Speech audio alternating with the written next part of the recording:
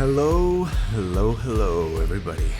Welcome to D&D Optimized, the show where each episode we take a deep dive into one or two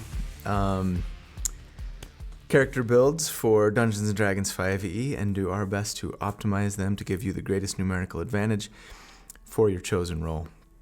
If you, like me, spend 3 hours a week playing Dungeons & Dragons and 10 hours a week dreaming about all of the amazing, fun, and powerful characters you would like to play in Dungeons & Dragons, then welcome home.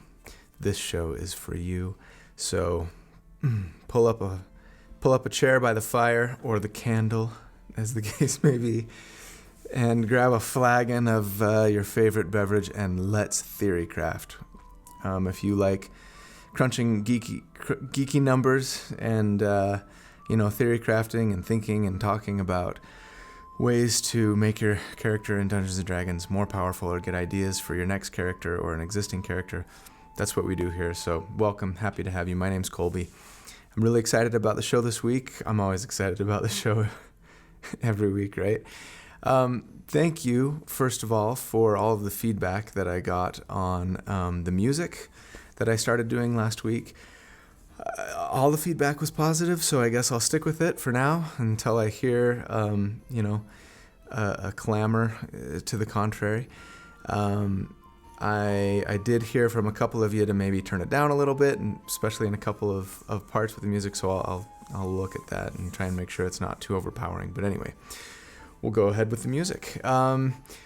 I also have had a lot of positive feedback on the episode that I did a couple of weeks ago on the Druid Wizard team, that area of effect team. It was a lot of fun to do. It was a little bit of work, a little more, I guess, work and research and things putting it together. It was a long episode, but I've had a lot of feedback and a lot of requests for more team-up builds. And so with that in mind, I decided to try and do another one for the episode today.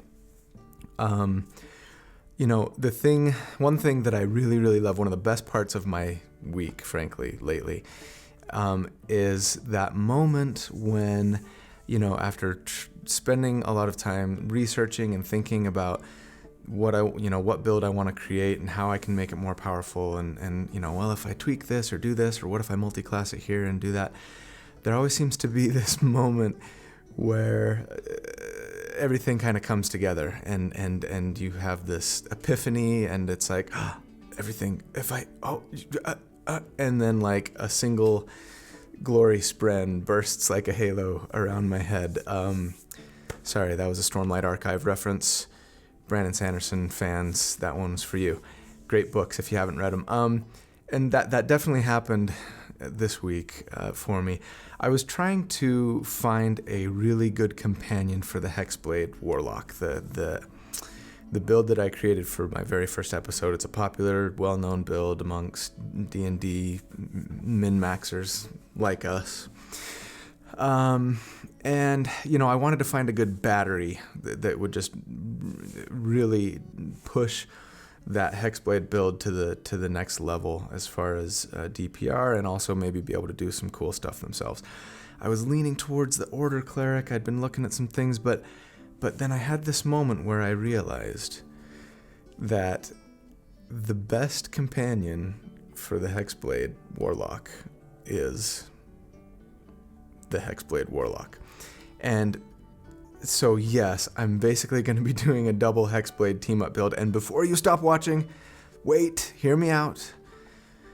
You might be tempted to think that one Hexblade Warlock plus another Hexblade Warlock would be the equivalent damage per round of 2 Hexblade Warlocks. But you would be wrong. Because the reality is, if you tweak one of those builds in just the right way, and also I've made some changes to my original Hexblade build. We'll call it Hexblade 2.0. We've got Hexblade 2.0, and then we've got Hexblade 2.5 maybe. That's got some tweaks that are important. But if you do it just right, and then you put them together, 1 plus 1 equals 3. You're basically getting the equivalent of triple the damage for the price of 2 characters. And it's really cool and really powerful, and so I'm excited to share with you guys kind of how we get there.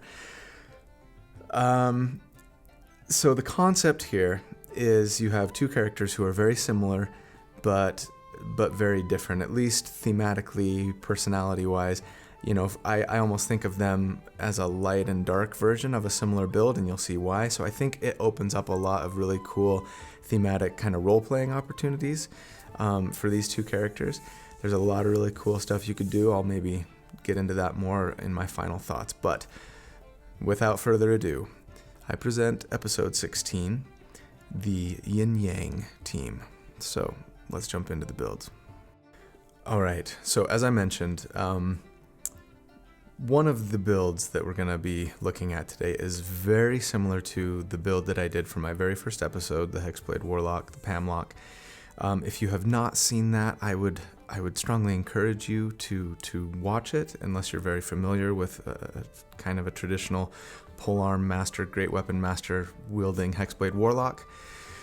I'm going to try, in the interest of time, I really want to try and get this episode down under an hour because the last couple have been so long. In the interest of time, I want to try and gloss over a lot of the stuff for that first build. I'll just kind of mention everything, but I'm not going to go into any detail really unless it's something new for the build, because I am tweaking a couple of things, so we're calling it Hexblade 2.0. But so if you haven't seen that episode, I encourage you to do so unless you're very comfortable moving forward. So that particular character, that is the yin of this build, the dark aspect. He or she, I should say, is well, yeah, they're the yin. So for race, variant human. Now, Tasha's Cauldron of Everything comes out about a week from this recording, at the time of this recording. So that could really change things if you know, getting a free feat becomes a little more commonplace. You know, that's what we're really here for the variant human. So it might open things up for us. But for now, I'm recommending variant human unless you are playing this game as like a level character, a level 12 character and beyond, in which case you'll want to go half elf, some variant of half elf. Pick your favorite, maybe wood elf for the extra move speed, I'd say.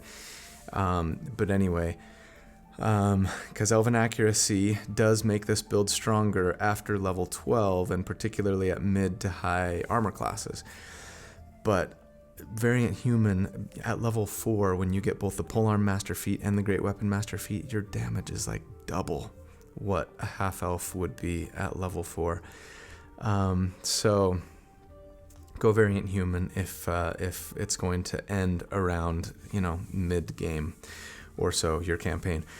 So that's the race I'm recommending. You get a free feat as a variant human, and I would say go with polearm master. Of course, that is the thing that's going to give you an extra attack as a bonus action, as you all know because you watched my first episode, or you just know anyway. For your class, I'm actually going to say take level 1 fighter. So even though this is a Hexblade build, we're taking our first level in fighter for a couple of reasons.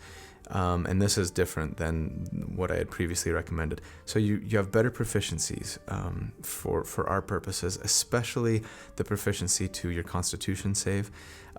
We're probably not going to have time, at least not until very late, to get like a Warcaster or Resilient Constitution feat.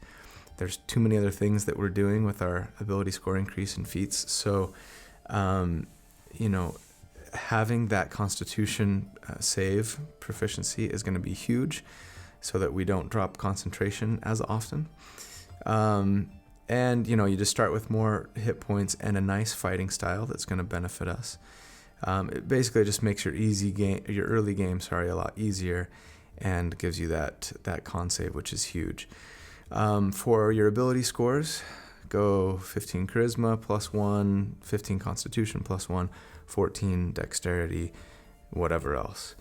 For your equipment, assuming you don't have a high strength, you probably won't, then I would do a gold buy option.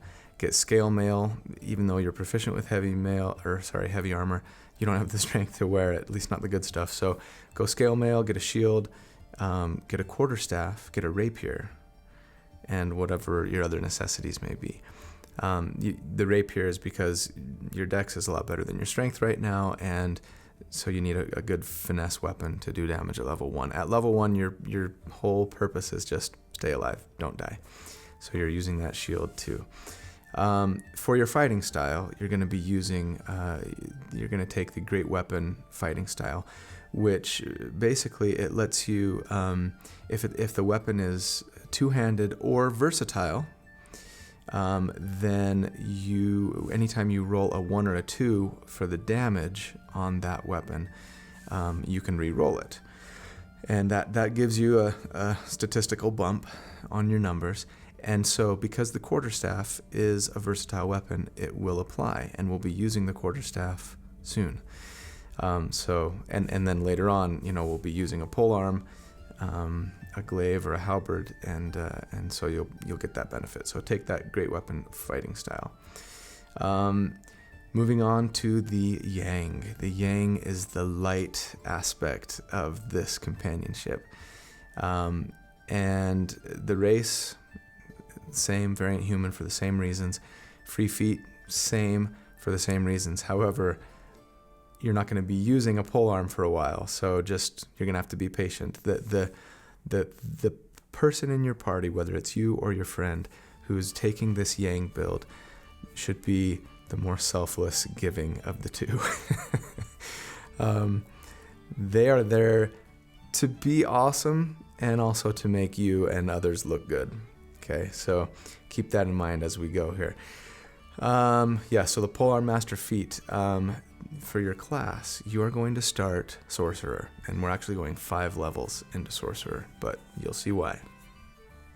A lot of what makes this combo so great is getting this yang to sorcerer 5. So starting sorcerer is great to kind of get you there as quickly as possible. Also, sorcerers do get the proficiency in Constitution as well, which is huge for the exact same reasons. Your ability scores are going to be the same: Charisma, Constitution, Dexterity, and the equipment, standard stuff. I don't need to get into it. Doesn't really matter too much for you at this point. For your sorceress origin, this is what makes you the yang. You're going Divine Soul, and Divine Soul is fantastic for a number of reasons, right? You get Divine Magic at level 1. It's a feature, and it gives you access to the Cleric spell list, which is great. So you're going to get great heals, great buffs that you wouldn't otherwise get as a sorcerer.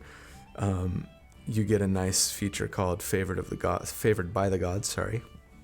It lets you add 2d4 when you fail a save or you miss an attack, but primarily you're going to be using it when you fail a save, especially a concentration save.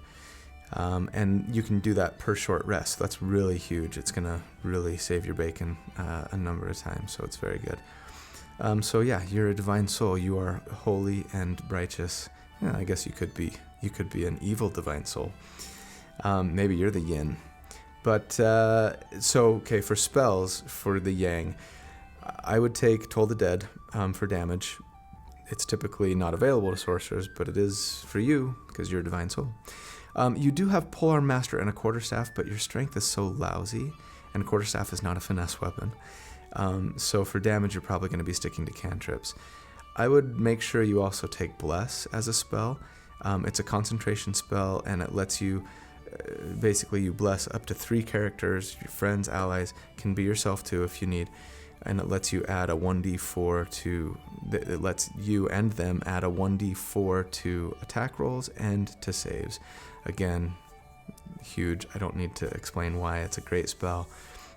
Your yin will particularly benefit from this, especially at level 4, because they need all the help they can get with landing their attacks. I'd probably pick up Healing Word as well, and just use it to bring fallen allies back from unconsciousness. So especially early on, you're playing a little bit of a support type role here, Yang. So embrace that. You are the light. At level 2. So the Yin is going to start taking Warlock levels now. So this is Warlock 1 for the Yin. We've made it past the hardest part of the game, and from here on, we get good. We get good in a hurry. So you get an otherworldly patron as a level 1 Warlock, and you're going Hexblade, of course. Again, watch the other video, but basically now you get to use Charisma as your plus to hit and plus to damage, and so your quarterstaff will benefit from that. You don't need to use your rapier anymore. That was just for 1 level. Sell it and get that 25 gold back if you can. Yeah, so your quarterstaff will benefit from your polearm master feat. It will benefit from your great weapon fighting style. As long as you drop your shield, you've got to use it with 2 hands, but then it's a D8, so you get more damage out of it. You get 2 attacks per turn now, thanks to polearm master, right? You get 1 for the attack, 2nd as a bonus action with the other end of the quarterstaff, as it were, and so you're actually doing pretty decent damage using your charisma as your attack stat.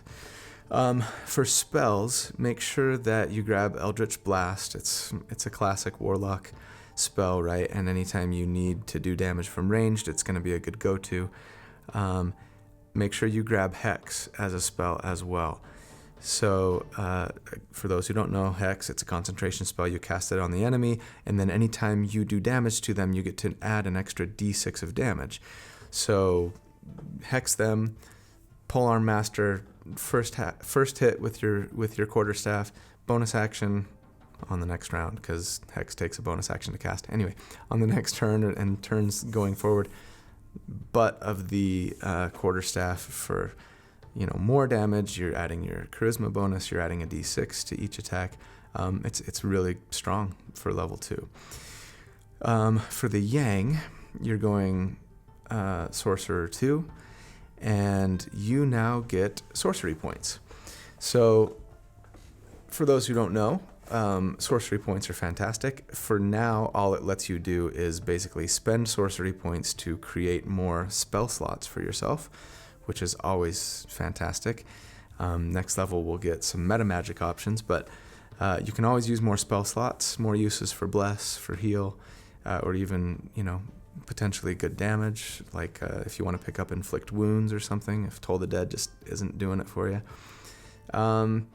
Keep in mind, you can also use spell slots to create sorcery points, so you can do it in reverse, and later on we might actually want to be doing that.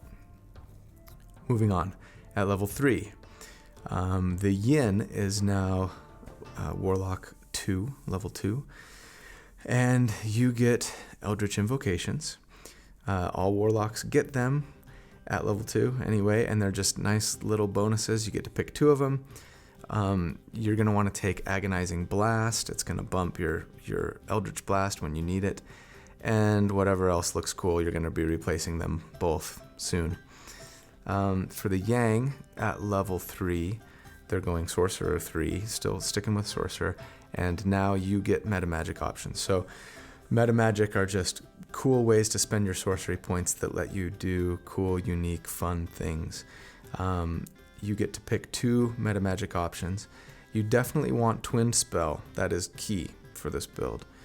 Right now, it's nice to, potentially double up on Toll the Dead or something like that. You basically cast a spell, and as long as it doesn't have a target of self, and it's targeting, one other creature, you can twin it, and it will affect 2 creatures as long as they're in range. So it can be good for damage. It can also be good for buffs, and we'll get into that. I'd maybe take Quicken Spell as well for your other meta magic option. It lets you cast a spell that's normally 1 action as a bonus action instead, potentially freeing up your action if you need your action for something else. It's a nice to have. You get 2nd level sorcerer spells here, knock yourself out. I would probably at least make sure you take Lesser Restoration if you truly want to be the Yang.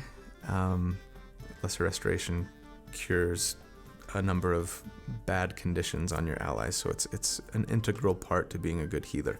We talked about it a lot in the episode last week, right?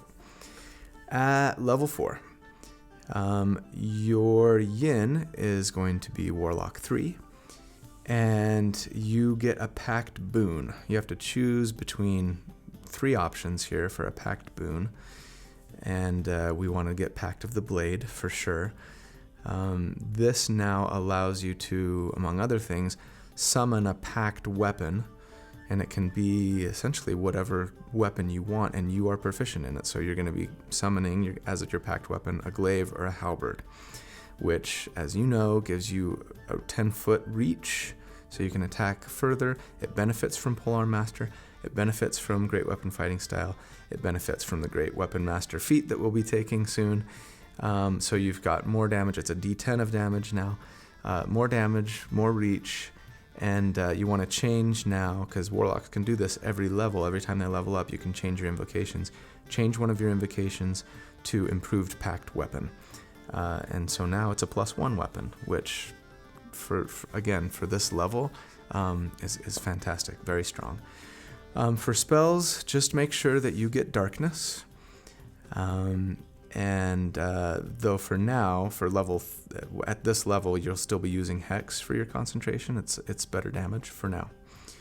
The Yang is going to get an ability score increase because they have 4 levels in a single class in Sorcerer. So you're going to want to take Great Weapon Master. I know it doesn't do anything for you right now. You're not even using that quarterstaff to attack. You could, but it wouldn't be particularly effective. That sucks. It feels bad. You could increase your charisma instead. You're going to want to do that eventually too. But it will be really nice to hit the ground running with both Polearm Master and Great Weapon Master as soon as you start taking Warlock levels. So be patient. Go with Great Weapon Master and rejoice as soon as you can make use of it. At level 5, Yin is Warlock 4. Now you get a feat or an ability score increase. You also are taking Great Weapon Master, but you can make better use of it right now. And now we are cooking. So drop your Agonizing Blast invocation for Devil Sight. Again, lets you see even in magical darkness. And then, as we've talked about, what you're doing here is you're casting darkness on yourself or on something that you're wearing, and therefore your enemies cannot see you, so they have disadvantage when they're attacking you, but you can see, and so you have advantage when you are attacking them.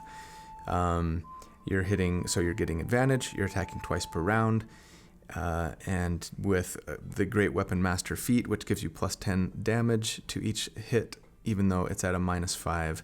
But since you have advantage, it's pretty good still. You're going to be hitting a lot. You're going to be doing a ton of damage.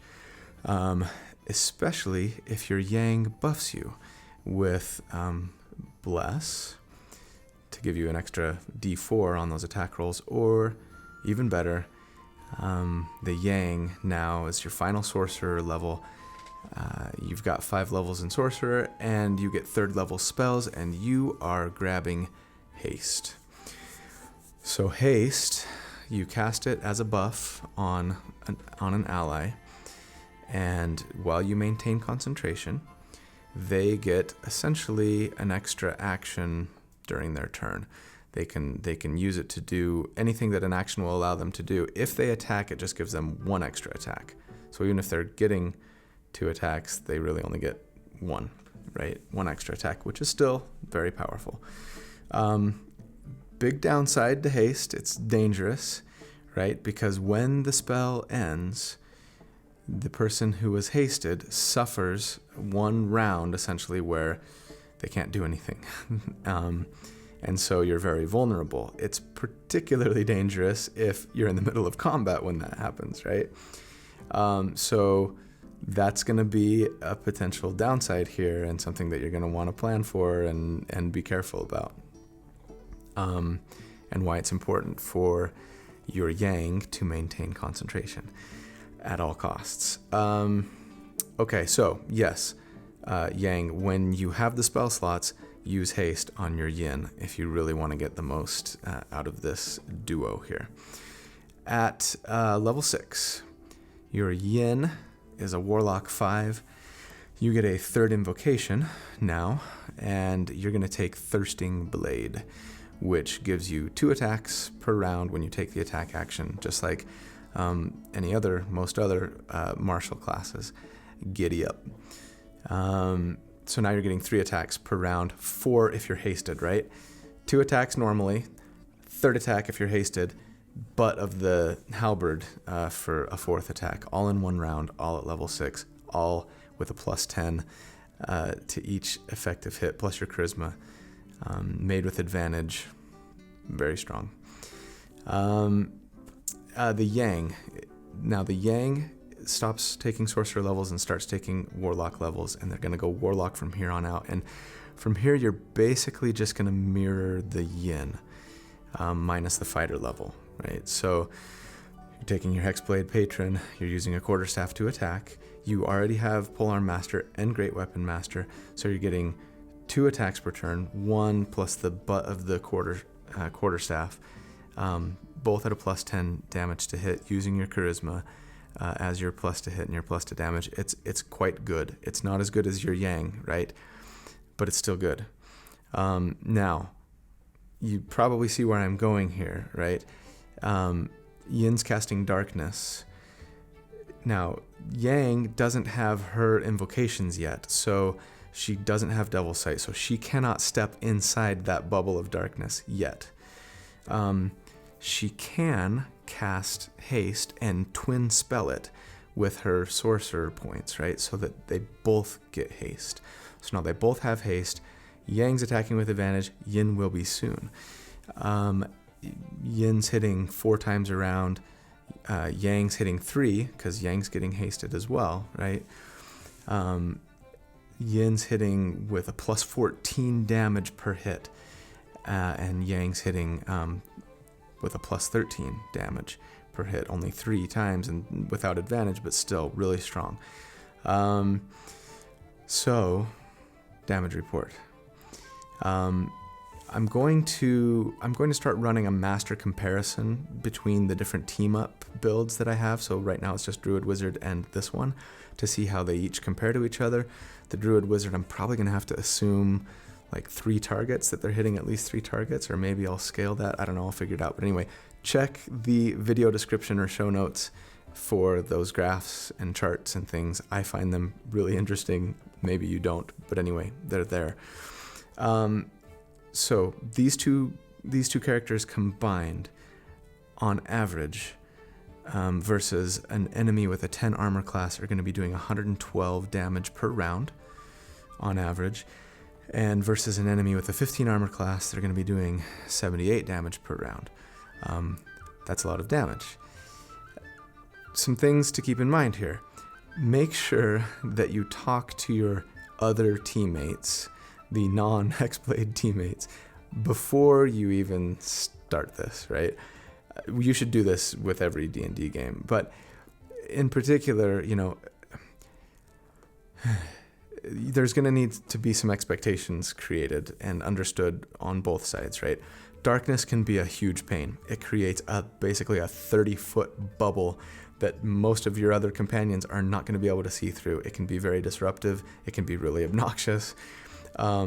There might be times where you don't want to cast it because it's a confined space and it's going to put all of your teammates at a disadvantage, right? So talk about that, think about that, plan around that, move before you take your action so you're not putting your companions in a big bubble of darkness. And also, the Yang build here, while it is the light side and it has some support features and abilities, the intention, as far as the way that I'm building it, is still to be primarily a damage dealer. If your party doesn't have anybody else acting in a support role, you might need to manage your own expectations here, right? And be prepared to, because you get access to lots of great cleric buffs and heals, to function a little bit more as a support and be okay with that. And maybe you want that and you embrace that, in which case, fantastic. Know that there is a huge potential for big damage with this build, and that's, again, like I say, kind of the intention with which I created it, but it can serve as at least sort of a backup type support or healer, and you should at the very least be prepared to do that. But again, make sure you talk it over with your teammates. Okay, moving on. At level 7, the Yin is now Warlock 6, and you get a cool Hexblade feature called a Cursed Spectre. It gives you lets you summon a specter that gets a little bump to their hit points and some decent little damage. It's about 10 damage per round depending on the enemy armor class. If the specter can stay alive, I am going to include it when I'm talking numbers. Yeah, so it's a nice little buff, a nice little bump. And the Yang is a Warlock 2, again following in their darker sister's footsteps. Eldritch Invocation, take Devil's Sight, and now you can stand in Yin's Bubble of Darkness, and you both are benefiting from darkness, you're both benefiting from haste, you're attacking with advantage every turn, which is really important when you have a -5 to hit, but you're hitting really, really hard. At level 8, Yin is a Warlock 7. Now, if you are a single Hexblade Warlock, you're supposed to stop using Darkness here and use Shadow of Moil because it gives you the same benefits without being an inconvenient 30-foot Bubble of Darkness for your allies. However, you need that Bubble of Darkness for your Yang, so you're not going to be using Shadow of Moil much. Because you don't want to leave your Yang out in the cold without a darkness bubble. You get a 4th invocation here. I would take Eldritch Smite. We didn't really talk about this in my first episode, but for those who don't know, it functions similarly to a Paladin Smite. Once per turn on a hit, you hit the target and then you can expend a spell slot to deal an extra 1d8 of damage plus a d8 of the spell slot that you're expending. And right now your Warlock spells are 4th level, so that's an extra 5d8 if you choose to use this feature. Now, keep in mind, you still only have 2 spell slots. That's the big downside about Warlocks, right? And you're using one for darkness, and if you lose your concentration, you really need the other one. And granted, they refresh on a short rest, which is nice, but you can't always guarantee a short rest between every combat, unless your DM tends to be that way. He's soft on you. So keep that in mind. You might want to conserve that second spell slot, but if you're pretty sure you're going to get it back, and or you got a big baddie that really needs to die, and especially if you roll a crit and you natural 20, go ahead and smite away and get an extra 10d8 on top of the damage that you're doing. The Yang is a Warlock 3. You get your Pact Boon, you're taking Pact of the Blade. Now you get to use a Glaive 2 instead of the Quarterstaff, so make sure to grab Improved Pact Weapon, and you'll be able to summon that +1 Glaive or Halberd and be awesome. At level 9, Yin is a Warlock 8. And finally, we get to bump our charisma. We've been sitting at a 16 charisma this whole time. But trust me, it's better damage to take the feats rather than the ability score increases thus far. So we're going to do charisma to 18. The Yang is a Warlock 4, so same for them. You both get a charisma 18. Damage report. Again, both of you standing in that darkness bubble, back to back, the light, the dark. Yin is getting 4 attacks per turn, including haste and the bonus action from Polearm Master. Yang still only getting 3 because they haven't yet picked up Thirsting Blade, but they both are getting +15 to damage per hit when they land them. And if you're using your Hexblade's Curse, which we haven't even talked about because you already know about Hexblade's Curse and I didn't want to go into it, but that's more damage and you're going to be critting more often. You are scary, scary monsters. Against an enemy with a 10 armor class, you are averaging between the two of you 159 damage per round. And against an enemy with a 16 armor class, it's 118 damage per round. Granted, that's for 2 of you, but that's a lot. And it's only going to get better. Or worse if you're the Dungeon Master. At level 10, your Yin is a Warlock 9. You get 5th level spells, knock yourself out. not going to go into it. Yang is a Warlock 5. Here we go. Now you get Thirsting Blade. And so for a brief moment, your damage is very close. You're almost on par with your Yin. But you get to heal people and do cool cleric-y things if you want to. Or sorcerer things, for that matter. You can throw out fireballs, right? Okay, at level 11. The Yin is a Warlock 10, and you get a feature, a Hexblade feature called Armor of Hexes. It's a nice little defensive ability. If the target that you've cast your Hexblade's curse on hits you, you get to roll a d6, and on a 4 or higher, it was actually a miss. So that's really strong, 50-50 chance, right? It uses your reaction, so that's going to forego any opportunity attacks that you might potentially get. But it's good to have if you need it. Speaking of opportunity attacks, by the way, we haven't really talked about this, but make sure that you're doing this. If you are wielding a polearm and you have the polearm master feat, you should always, when possible, be attacking somebody from 10 feet away and then backing up 5 feet, right? They won't get an opportunity attack against you unless they also have reach. But you're covered in darkness, so they'd make it with disadvantage anyway. But you attack them, you move back 5 feet, and then when they move, if and when they move up on their turn into your range to make an attack, you get to take an opportunity attack thanks to the polearm master feat. Take advantage of that. It's going to add up to a lot of damage. Your Yang is a Warlock 6, and now you have a Pet Spectre 2. So 2 Warlocks, 2 Spectres running around causing mayhem. At level 12, Yin is a Warlock 11, and you get a Mystic Arcanum. So Warlocks get this at the higher levels, every couple levels they get a Mystic Arcanum, which is basically, it gives you a free, at this level, 6th level spell that when you use it, it doesn't take up a spell slot. And it has to be a Warlock spell, but it's a really nice kind of extra cast of a very powerful spell. I'm not going to get into them. There's some great ones. Enjoy. Yang is a Warlock 7. So you grab your Eldritch Smite invocation so you can do more burst damage on demand too. At level 13, Yin is a Warlock 12, and here we go. This build just scales so well. It's the build that just keeps on giving. There's always great stuff to be had.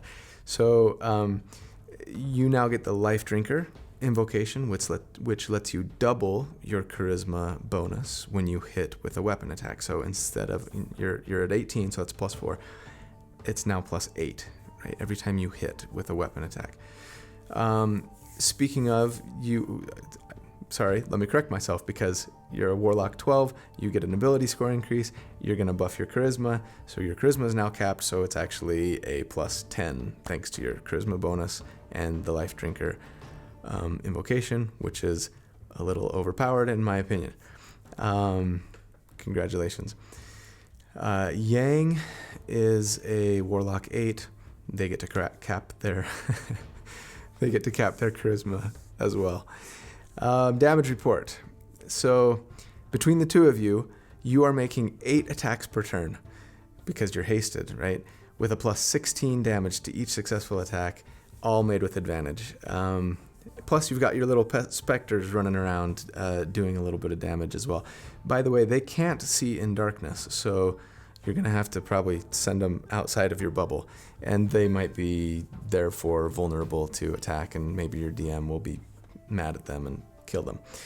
But you can just summon them tomorrow if that happens, right? Anyway, versus an enemy with a 10 armor class, you are averaging 216 damage per round. So you've both passed the 100 damage per round mark. Welcome to the Centennial Club. Versus a level 17 armor class enemy, it's 164 damage on average. So that's good. All right, coming down the home stretch. At level 14, your Yin is a Warlock 13. You get a level 7 Mystic Arcanum. Have fun with that. Your Yang is a Warlock level 9, so you get 5th level spells. Have fun with those. At level 15, your Yin is a Warlock 14. We have reached our Warlock apex. Sorry, we're a martial class. We don't need 9th level spells. They're overrated. We get our Master of Hexes feature, and we're leaving the Warlock behind. So when Master of Hexes, when the target that you use Hexblade's Curse on dies, as a bonus action, you can then transfer it to somebody else. So we're adding that damage, and we're considering it sustainable. I know it refreshes on a short rest, so you probably won't have it every combat encounter, but you probably will have it more often than not, especially if your Yang takes the Catnap spell at level, it's a 3rd level spell, so eventually, Yang, I hope you pick that up, it's good. It lets you and up to 3 or 4 characters in your party take a short rest in a 10-minute time span instead of an hour. Right, which is really fantastic and will be very helpful for warlocks who get lots of their resources refunded to them on a short rest. You can only use the Catnap once per long rest, but still, it's great. Anyway, so your Yin is getting to add their curse damage to every single target now, sustainably, right? Semi-sustainably, which is very strong. That's a +6. Sorry, at this level +5, because that's your proficiency bonus. +5 damage to each attack. Whew. Yang, you're a Warlock 10. You get Armor of Hexes now too, so defense is good. Congrats to you. At level 16, the Yin is going back to Fighter. So you are a Fighter 2 now, Yin, and did someone say Action Surge? Yes, I would like to make 6 attacks per round, all dealing an extra 26 damage per hit. Ow. Because, yeah, you get 2 attacks for your normal action. You Action Surge, get 2 more. Haste is going to give you 1 more, so that's 5, right? And then your bonus action, Blunt End of the Halberd, 6. Great Weapon Master, +1 weapon for your invocation, right? +10 for double charisma, +5 for your proficiency bonus because your target's cursed. 26 damage per hit. Yang is a Warlock 11. You get your first Mystic Arcanum, 6th level. Take whatever is clever. Okay, at level 17, the Yin is going Fighter 3. And you get a martial archetype. I'd suggest Rune Knight. You guys know that I love the Rune Knight subclass. Runes are super cool, flavorful. There's some nice control options, though. They're dependent upon your intelligence, and your intelligence is not going to be very high, probably, so those control features might not work too often. But anyway, we're here for the Giant Smite feature of the Rune Knight, which twice per long rest lets you grow to a large size, which is fun, but actually there's a 30-foot bubble here, so be careful you leave room in your darkness bubble for your Yang friend. But doing so gives your weapon attacks an extra 1d6 of damage per successful hit. So that's cool and fun and powerful. And the Yang is now a Warlock 12, so you get Life Drinker 2, letting you double your charisma bonus on every successful attack. Here comes our final damage report. Against an enemy with an armor class of 281. Sorry. Against an enemy with an armor class of 10. You're doing 281 damage per round on average. And against an enemy with an armor class of 18, you are doing 212. You're still doing more than 200 damage per round to that enemy. And that's a lot of damage. And again, like I said at the beginning, you are effectively, between the two of you, doing almost 3 times the amount of damage at this level to these enemy armor classes that my original Hexblade build was doing. And that's what I call efficiency. So anyway, it's a lot of fun. Final thoughts. Have fun with this theme. There's so many cool like role play thematic option things that you could do here. I think you should totally be twins. And I envision these characters as twins with different alignments, different appearance in their dress and their coloring and their personalities, right? But who ultimately have each other's back despite their differences, and they fight best when they're side by side, standing next to each other, maybe arguing with each other while they're taking out enemies. I don't know, but working towards the same goal. So play around with that, and if you have a friend that you can do this with, I envision it being a lot of fun. Again, like I said, the two of you do so much damage, and between that and the big bubble of darkness everywhere you go, you have the potential to make your other allies really annoyed with you, or make it feel like you're really stealing the spotlight all the time, right? So make sure you talk about that. Make sure you manage expectations. Be prepared to take on the role of support, control, buff, heal, and you know what? Even the yin in this build. I mean, use those high-level spell slots that you get, especially your arcana. This is the plural for mystic arcana. There are some great options even for the yin. Counterspell, remove curse, mass suggestion, scatter, force cage, right? Lots of great control and support type options here, so that you're not just killing everything all the time, and you're helping out your team in more ways than just by doing damage. The yang, of course, has even more options, and there's probably a higher expectation for them to kind of fill that role when necessary, right? So, you've got heals, you've got dispel magic, you've got revivify and raise dead, freedom of movement, greater restoration, legend lore. There's lots of great options for your yang here to be a beacon of light for your party, and be that divine soul, and to be that yang to the yin. So that's our show for the week. Thank you, everybody, for listening, for supporting, for subscribing, especially for liking and sharing with your friends and reviewing and all the things that you do. Please continue to do them. It's really great for us, for me, I should say. So please continue to do that. Get in touch with me via Facebook, via Twitter, via email, dndoptimized@gmail.com.